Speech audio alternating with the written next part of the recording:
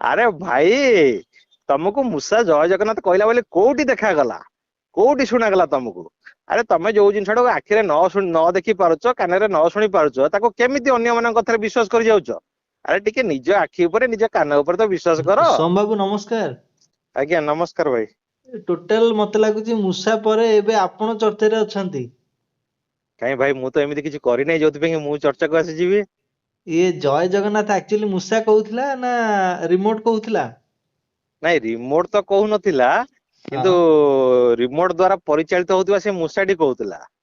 ଆଚ୍ଛା, ନାଇଁ ସିଏ ଆକ୍ଚୁଆଲି କଣ କହୁଥିଲା? ଜୟ ଜଗନ୍ନାଥ କହୁଥିଲେ ନା ଆଉ କିଛି କହୁଥିଲେ? ନାଇଁ ଦେଖନ୍ତୁ, ସବୁ ପଶୁ ପକ୍ଷୀ ମାନଙ୍କର କଣ କଥା କହିବାର ଅଭ୍ୟାସ ଅଛି। ସେମାନେ ନିଜ ନିଜ ଭିତରେ ପୁଣି କଥା ହଉଛନ୍ତି ନା ନାଇଁ? ତ ନିହାତି। ଏଠି ମୂଷାଟି ଯୋଉ କଥାଟା କହିଛି ସେଟା ସେ କଥା କହିନାହିଁ, ସେ ତା ନିଜ ଭାଷାରେ ଚେଁ ଚେଁ ହଉଛି। ଓକେ। ଯାହାକୁ ଆମର ସେ ଯୋଉ ଭଉଣୀ ଜଣକ, ଯିଏ ମ୍ୟାଡାମ ଜଣକ ଅଛନ୍ତି, ହଁ। ସିଏ ତାଙ୍କର କହୁଛନ୍ତି କଣ ନା, ମୂଷା କହିଲା ଜୟ ଜଗନ୍ନାଥ ବୋଲି। ତ ହୁଁ। ସିଏ ଯାହା କହିବା କଥା, ଲୋକମାନେ ଯାହା ବିଶ୍ୱାସ କରିବା କଥା, ବୁଝିବା କଥା, ଆଉ କଣ। ଆଚ୍ଛା। ତ ତ ସିଏ କହୁଥିଲା ନା ମ୍ୟାଡାମ ରିପିଟ କରି କହୁଥିଲେ ଯେ ନାଇଁ ଏଇଟା ସେ ଜୟ ଜଗନ୍ନାଥ କହୁଛି ବୋଲି? ନାଇଁ ଦେଖନ୍ତୁ, ଆପଣ ଯଦି ଭଲସେ ଦେଖିବେ, ମ୍ୟାଡାମ ପ୍ରଥମ କଥା କ୍ୟାମେରାକୁ ସାମ୍ନା କରିକି କୌଣସି ବାଇଟ୍ ଦଉନାହାନ୍ତି। ସିଏ ସବୁବେଳେ କ୍ୟାମେରାକୁ ସାଇଡ ହେଇକି ଗୋଟେ ବାଇଟ୍ ଦଉଛନ୍ତି। ହଁ। ଆଉ ସେକେଣ୍ଡ ଜିନିଷ ଆପଣ ଦେଖିବେ, ଯେତେବେଳେ ସେ ମୂଷାଟାକୁ ଧରୁଛନ୍ତି, ହୁଁ। ତାଙ୍କ ବାଁ ହାତର ଆଙ୍ଗୁଠିଟା ସବୁବେଳେ ମୂଷାର ଗାଣ୍ଡି ପାଖରେ ବା ପିଠି ପାଖରେ ରହୁଛି। ଆଉ ଆଚ୍ଛା ହଁ। ଯେତେବେଳେ ମୂଷାକୁ କିଛି ପ୍ରଶ୍ନ ପଚରା ଯାଉଛି, ହୁଁ। ସେତେବେଳେ ମ୍ୟାଡାମ ସେ ଆଙ୍ଗୁଠିରେ ମୂଷାକୁ ଖେଞ୍ଚୁଛନ୍ତି, ଯାହା ଦ୍ଵାରା କି ମୂଷାକୁ ଆଇଦର କଷ୍ଟ ହଉଥିବ କିମ୍ବା ମୂଷାକୁ ସଲସଲ ଲାଗୁଥିବ। ସେଥିପାଇଁ ମୂଷାଟା ଚେଁ ଚେଁ ହଉଛି। ଆଉ ଲୋକମାନେ ସେଇଟାକୁ ବିଶ୍ୱାସ କରି ଯାଉଛନ୍ତି କଣ ନା, ମୂଷା ଏଥର ଜୟ ଜଗନ୍ନାଥ କହିଲା ବୋଲି। ଆଚ୍ଛା, ସେ ଯେତେବେଳେ ଜୟ ଜଗନ୍ନାଥ କହୁଥିଲା ହଁ ସମସ୍ତେ ମୂଷାର ପାଟିକି ଅନଉଥିଲେ। ଆଜ୍ଞା, ସେଇଟା ହଉଛି ମେନ୍ କଥା, ଯେ କୌଣସି କୌଣସି ମିଡିଆରେ ବା କୌଣସି କ୍ୟାମେରାରେ ହଁ। ଏଇଟା ଏପର୍ଯ୍ୟନ୍ତ ଫୋକସ ହେଇପାରି ନଥିଲା ଯେ ତାର ହାତର ମୁଭମେଣ୍ଟକୁ କେହି ଫୋକସ କରିପାରି ନଥିଲେ। ହଁ। ତ ଆପଣ ଅଲଗା ଚ୍ୟାନେଲର ଗୋଟେ ଦିଟା ବାଇଟ୍ ଦେଖିବେ, ଯୋଉଥିରେ କ୍ଲିୟରଲି ଜଣା ପଡୁଛି ଯେ ସିଏ ହାତରେ ଯୋଉ ମୁଭମେଣ୍ଟଟା କରୁଛନ୍ତି, ଯୋଉ ଖେଞ୍ଚା ଖେଞ୍ଚି କରୁଛନ୍ତି, ସେଥିପାଇଁ ମୂଷାର ସେଇଟା ରିଆକ୍ସନ ଆସୁଛି। ଓକେ। ତ ସୋମ ବାବୁଙ୍କୁ କେମିତି ଜଣା ପଡିଲା ଯେ ଏଇଟା ମୂଷା କହୁନାହିଁ ବୋଲି? ନାଇଁ, ଏଇଟା ଦେଖନ୍ତୁ, ଆପଣ ଯେତେକ ଭିଡିଓ ଅପଲୋଡ ହେଇଛି ସୋସିଆଲ ମିଡିଆରେ, ହଁ। ଆପଣ ଯଦି ତାର କମେଣ୍ଟସ ଗୁଡାକ ଗୋଟେ ବାଇ ଗୋଟେ ପଢି ପଢି ଯିବେ, ଆପଣ ସେଠି କିଛିଟା ୟୁଜର ଏମିତି ଅଛନ୍ତି ଯୋଉମାନଙ୍କୁ ଏଇ ଜିନିଷଟା ଦେଖାଯାଇଛି। ଏଇଟା ଓକେ। ମୁଁ ହଁ। ଆଗ କହିନି, ଏଇଟା ମୁଁ ସୋସିଆଲ ମିଡିଆରେ ହେଇଥାଇପାରେ ପ୍ରଥମ ଥର କହୁଛି। ହଁ। କିନ୍ତୁ ଏଇଟାକୁ ଅଲଗା ୟୁଜର ମାନେ ବି ନୋଟିସ କରିଛନ୍ତି। ଆଚ୍ଛା ତ ହଁ। ମୁଁ ସେଇଠୁ ତାପରେ ଭଲସେ ଯେତେବେଳେ ଦେଖିଲି ଯେ ହଁ, ନାଇଁ, ସେମାନେ ଯାହା କହୁଛନ୍ତି ସେଟା ସତ କଥା କହୁଛନ୍ତି। ସେଇ ଝିଅଟିର ବା ସେଇ ଭଉଣୀଟିର ସେଇ ଆଙ୍ଗୁଠି ଖେଞ୍ଚା ଯୋଗୁ ହିଁ ମୂଷାଟା ତାର ରିଆକ୍ସନ ଦେଇଛି। ଏତେ କ୍ଲିୟରଲି ମାନେ ଯାହାବି ତମେ ଆପଣ ମିଡିଆରେ ବାଇଟ ଦେଇଥିଲେ, ହୁଁ। ତାପରେ ଆପଣ ନିଜେ ଗୋଟେ ଭିଡିଓ କରିଛନ୍ତି ଆପଣଙ୍କର ଓଡିଆ ହଙ୍ଗାମାରେ। ଆଜ୍ଞା। ଓଡିଆ ହଙ୍ଗାମାରେ ଏତେ କ୍ଲିୟର ରିଜଲ୍ୟୁସନ ଆପଣ ଦେଇଛନ୍ତି, ତାପରେ ଆଉ ଆଜ୍ଞା। କିଛି ବାକି ନାହିଁ।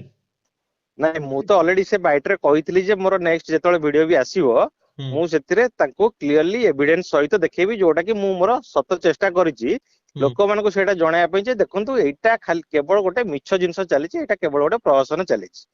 ତ ଏମିତି ଭଗବାନଙ୍କ ନାଁରେ ଆପଣ ଯେକୌଣସି ଜିନିଷକୁ ବିଶ୍ୱାସ କରିଯିବାଟା, ଏଇଟା ହଉଛି ଆମ ମାନଙ୍କର ମୂର୍ଖାମି। ତ ଆପଣ ଆପଣଙ୍କ ଭିଡିଓରେ ବି କହିଛନ୍ତି ଯେ ମାନ୍ୟବର। ଆଜ୍ଞା। ଏଇ ମାନ୍ୟବର ୱାର୍ଡ ଟି ଆପଣ କଣ ମାନେ ପୁଣି ଥରେ ସେଇ ଆମର ଅନ୍ଧବିଶ୍ୱାସକୁ ଦୂର କରିବା ପାଇଁ ୱାର୍ଡ ଟି ୟୁଜ କରିଛନ୍ତି ନା କଣ?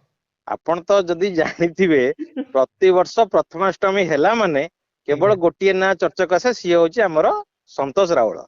ଆଚ୍ଛା। ତ ଯେହେତୁ ତାଙ୍କର ଏଇଟା ଟ୍ରେଡମାର୍କ ଅଛି ମାନ୍ୟବର, ମୁଁ ସେଇଟାକୁ ଟିକେ କପି କରିବାକୁ ଚେଷ୍ଟା କରିଥିଲି। ଆଚ୍ଛା। ଯଦି ଲୋକମାନେ ବୁଝିପାରିଲେ ତାହେଲେ ଭଲ କଥା। ହୁଁ। ଆଚ୍ଛା, ମ୍ୟାଡମଙ୍କ ସହିତ ଆପଣ କଣ୍ଟାକ୍ଟ କଲେଣି ନା ନାଇଁ? ମ୍ୟାଡମଙ୍କ ପାଇଁ କିଛି ଆପଣ ମେସେଜ ଯଦି ଦେଇପାରିବେ। ନାଇଁ, ମ୍ୟାଡାମ ତ ମୋ ସହିତ କଣ୍ଟାକ୍ଟ କରିନାହାନ୍ତି, କି ମୁଁ ବି ମ୍ୟାଡାମଙ୍କ ସହିତ କଣ୍ଟାକ୍ଟ କରିନାହିଁ। କାରଣ ହଁ। ମୁଁ ତ କରିପାରିବି ବି ନାହିଁ। କିନ୍ତୁ ହଁ। ଆପଣଙ୍କ ଥ୍ରୁରେ ମୁଁ ତାଙ୍କୁ କେବଳ ଏତିକି କହିବାକୁ ଚାହୁଁଛି, ଯଦି ତାଙ୍କର ମୂଷାଟି ପ୍ରକୃତରେ କଥା କହିପାରୁଛି, ତାହେଲେ ତାକୁ ସିଏ ମୂଷାଟାକୁ ଗୋଟେ ତଳେ ବସାନ୍ତୁ, କିମ୍ବା ଚେୟାର ରେ ବସାନ୍ତୁ, କିମ୍ବା ଟେବୁଲ ଉପରେ ବସାନ୍ତୁ, ଆଉ ତାପରେ ପ୍ରଶ୍ନ କରନ୍ତୁ।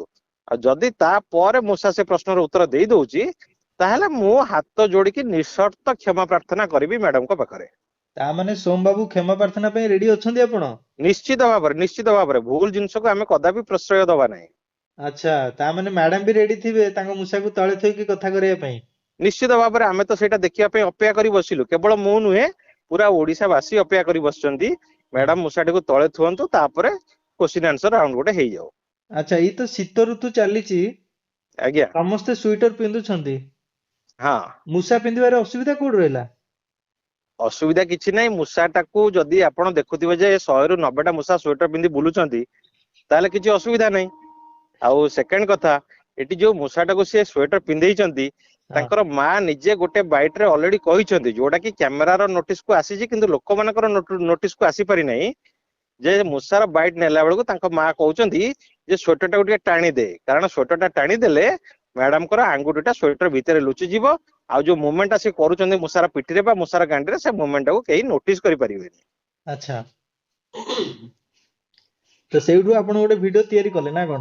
ଆଜ୍ଞା ନିଶ୍ଚିତ ଭାବରେ, କାରଣ ଯଦି ଦେଖନ୍ତୁ ଯଦି କଥାଟା ସତ ହେଇଥାନ୍ତା ହୁଁ। ତାହେଲେ ସେଥିରେ କିଛି ଅସୁବିଧା ନାହିଁ, ମୂଷା ଜୟ ଜଗନ୍ନାଥ କହୁ, ଆମର ସେଥିରେ ଅସୁବିଧା କଣ ଅଛି? କିନ୍ତୁ ଯଦି ତାହେଲେ ଏଇ ମିଛ ଜିନିଷଟାକୁ ଲୋକମାନେ ଯୋଉ ପ୍ରଶ୍ରୟ ଦଉଛନ୍ତି ସେଇଟା ହଉଛି ମୂଳ କାରଣ। ତାହେଲେ ସୋମ ବାବୁ ଏଇ ମାଳିକା କଥା କଣ କହିବେ ଆପଣ? ଦେଖନ୍ତୁ ମାଳିକା କଥା, ମାଳିକାରେ ଲୋକମାନେ ବିଶ୍ୱାସ କରୁଛନ୍ତି, ମୁଁ ବି ବିଶ୍ୱାସ କରୁଛି, ଓଡିଶାବାସୀ ବି ବିଶ୍ୱାସ କରୁଛନ୍ତି। ହେଇଥାଇପାରେ ମାଳିକାରେ କିଛିଟା ଜିନିଷ ସତ ଲେଖା ହେଇଛି ଯୋଉଟାକୁ ଆଜିକାଲି ଘଟୁଛି, ଆଉ କିଛିଟା ଜିନିଷ ନ ଘଟୁଥାଇପାରେ। କିନ୍ତୁ ଯଦି ମାଳିକାରେ ମୂଷା କଥା ଲେଖା ହେଇଛି ତାହେଲେ ଆଜି ଯାଏ କାହିଁକି ଯୋଉ ବାବା ମାନେ ଅଛନ୍ତି, ଯୋଉ ପଣ୍ଡିତ ମାନେ ଅଛନ୍ତି, ସେମାନେ ଆଜି ପର୍ଯ୍ୟନ୍ତ କାହିଁକି ସେ ମାଳିକା କଥାରେ ଉଠେଇ ନଥିଲେ ଯେ ମାଳିକାରେ ମୂଷା କଥା ଲେଖା ହେଇଛି ବୋଲି? ଆଜି ହଠାତ୍ କେମିତି ମୂଷା ଏଣ୍ଟ୍ରି କଲା ମାଳିକାକୁ? ସେଇଟା ହଉଛି ମୋର ପ୍ରଶ୍ନ। ଏ ମାଳିକାରେ ଆହୁରି କେତେ କଣ ରହିଛି ନା କଣ? ମାନେ ଆଗକୁ ଆଗକୁ ମତେ ଲାଗୁଛି ନ୍ୟୁଜ ଭାଇରାଲ ହେଲା ପରେ ବାହାରିବ ନା କଣ? ଦେଖନ୍ତୁ ସେଇଟା ତ ହଉଛି ବିଶ୍ୱାସର କଥା, ଯିଏ ମାଳିକା ତ ଆମେ ତ ସାଧାରଣ ଲୋକ ହିସାବରେ ଆମେ ତ ମାଳିକା ଦେଖିନୁ କି ଜାଣିନୁ, ଯାହା ଆମକୁ କୁହାଯାଉଛି ଆମେ ସେଇଟାକୁ ବିଶ୍ୱାସ କରୁଛୁ। ମାଳିକାରେ କୁହାଯାଇଥିଲା ଯେ କରୋନା ଭଳି ଏଇଭଳି ଗୋଟେ ମହାମାରୀ ଆସିବ, ତେଣୁ ମହାମାରୀ ଆସିଲା। ଯଦି ମାଳିକାରେ ମୂଷା କଥା କୁହାଯାଇଥିବ ତାହେଲେ ମୋ କହିବା କଥା ସେଇଟାକୁ ଆଗରୁ କାହିଁକି ଲୋକମାନଙ୍କୁ ଜଣା ନଗଲା, ଏଇ ଭିଡିଓ ଆସିଲା ପରେ କାହିଁକି ସେଇଟା ଜଣା ଯାଉଛି? ଆଚ୍ଛା। ଆମେ ଚେଷ୍ଟା କରିବୁ କି ମ୍ୟାଡାମଙ୍କ ସହିତ କିଛି ଇଣ୍ଟରାକ୍ସନ ପାଇଁକା ଆମେ ଚେଷ୍ଟା ନିଶ୍ଚିତ କରୁଛୁ ନିଶ୍ଚିତ, ମାନେ ଆପଣ ଯଦି ପାରିବେ ମୋ ସହିତ ମ୍ୟାଡାମଙ୍କର ଗୋଟେ ସାକ୍ଷାତକାର କରାନ୍ତୁ, ହୁଁ। ମୁଁ ବି ଖୁସି ହେବି, ଆପଣ ବି ଖୁସି ହେବେ, ପୁରା ଓଡିଶାବାସୀ ବି ଖୁସି ହେବେ। ହଁ ଓଡିଶାବାସୀ ତ ବର୍ତ୍ତମାନ ପାଇଁ ସେଇ ବ୍ରେକିଂ ରେ ଅଛନ୍ତି ନାଇଁ କି? ଆଜ୍ଞା। ତ ଯାହା ହଉ ଆପଣ ଏତେ ବଡ ଖୁଲାସା କରିଛନ୍ତି, ମାନେ କେତେ ଖୁସି ଲାଗୁଛି ନିଜକୁ। ନାଇଁ ମତେ ଖୁସି ଲାଗିବାରେ କିଛି ନାହିଁ, ମୁଁ ଲୋକମାନଙ୍କର ଯେତେବେଳେ କମେଣ୍ଟ ଟା ପଢୁଛି କି ଭାଇ ଆପଣ ଠିକ କଥା କହୁଛନ୍ତି, ଯେତେବେଳେ ଲୋକମାନଙ୍କର ସପୋର୍ଟ ଟା ମିଳୁଛି ସେଇଟାକୁ ଦେଖିକି ମତେ ଖୁସି ଲାଗୁଛି। ଆଚ୍ଛା କେତୋଟି କଲ୍ ଆସିଲାଣି ଆଜି ଆପଣଙ୍କୁ? ନାଇଁ ସେମିତି ମୁଁ ତ କିଛି ବଡ ତୀର ମାରିଦିଏନି ଯେ କଲ ଗୁଡା ଆସିବ, ତଥାପି ଗୋଟେ ଦିଟା କଲ୍ ଆସିଛି, ବେଶୀ କିଛି ନାହିଁ। ହଉ ଠିକ ଅଛି, ଶେଷରେ ଆପଣଙ୍କ କହିବା ଷ୍ଟାଇଲ ରେ ଆପଣ ଆପଣଙ୍କ ଫ୍ୟାନ ମାନଙ୍କୁ କିଛି କହିଦିଅନ୍ତୁ। ନାଇଁ ଫ୍ୟାନ ମାନଙ୍କୁ ନୁହେଁ, ମୋର ଯେତିକ ଭିଉଅର ମାନେ ରହିଲେ ମୁଁ ସମସ୍ତଙ୍କୁ କେବଳ ଏଇ ଗୋଟିଏ କଥା କହିବି ଯେ ଭଗବାନଙ୍କୁ ପୂଜା କର, ଯେକୌଣସି ରୂପରେ ତମେ ପାରୁଛ ପୂଜା କର, କିନ୍ତୁ ଏଭଳି ମିଛ ଜିନିଷକୁ କଦାପି ପ୍ରଶ୍ରୟ ଦିଅ ନାହିଁ। କେବଳ ଏତିକି ହିଁ ମୁଁ ତାଙ୍କୁ ପ୍ରାର୍ଥନା କରିବି ବା ଅନୁରୋଧ କରିବି, ଏତିକି ହିଁ ମୋର କେବଳ ଇଚ୍ଛା, ଆଉ କିଛି ନାହିଁ।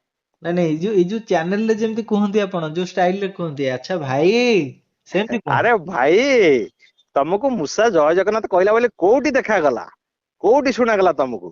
ଆରେ ତମେ ଯୋଉ ଜିନିଷଟାକୁ ଆଖିରେ ନ ଦେଖି ପାରୁଛ, କାନରେ ନ ଶୁଣି ପାରୁଛ, ତାକୁ କେମିତି ଅନ୍ୟମାନଙ୍କ କଥାରେ ବିଶ୍ୱାସ କରି ଯାଉଛ? ଆରେ ଟିକେ ନିଜ ଆଖି ଉପରେ ନିଜ କାନ ଉପରେ ତ ବିଶ୍ୱାସ କର।